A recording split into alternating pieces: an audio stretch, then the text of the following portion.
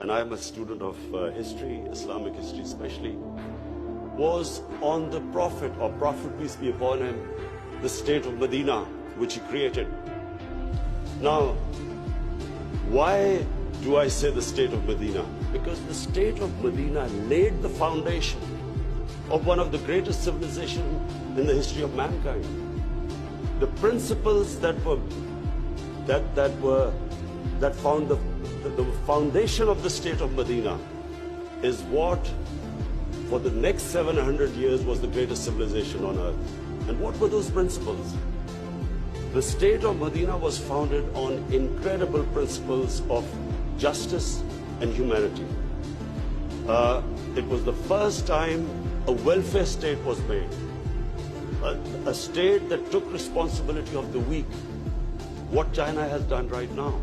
That was the state of Medina, where first time a state took responsible for its poor, its weak, its orphans, its widows. In the state of Medina, the first time pensions were created. Old people were also, it was a humane state. And secondly, there was justice, rule of law. These were the two main things. And the third thing, the Prophet of Islam, peace be upon him, made seeking knowledge a sacred duty. The word was that even if you have to go to China to seek knowledge, you must. Those days going to China meant not coming back. So the emphasis on seeking knowledge. For the next 700 years, all top scientists were Muslims. And that was the state of Medina. It laid that foundation. And then the way minorities, other religious people were treated. The Prophet signed famous, the Misaq-e-Medina.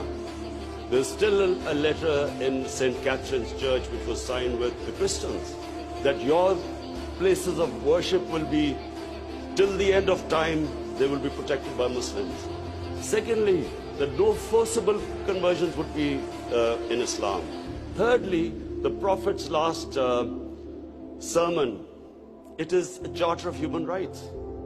It's about how human beings are equal. So it was a humane state created, rule of law, emphasis on education, that led to the growth of Muslim civilization. So this is, in Pakistan, we want the same basis of our state.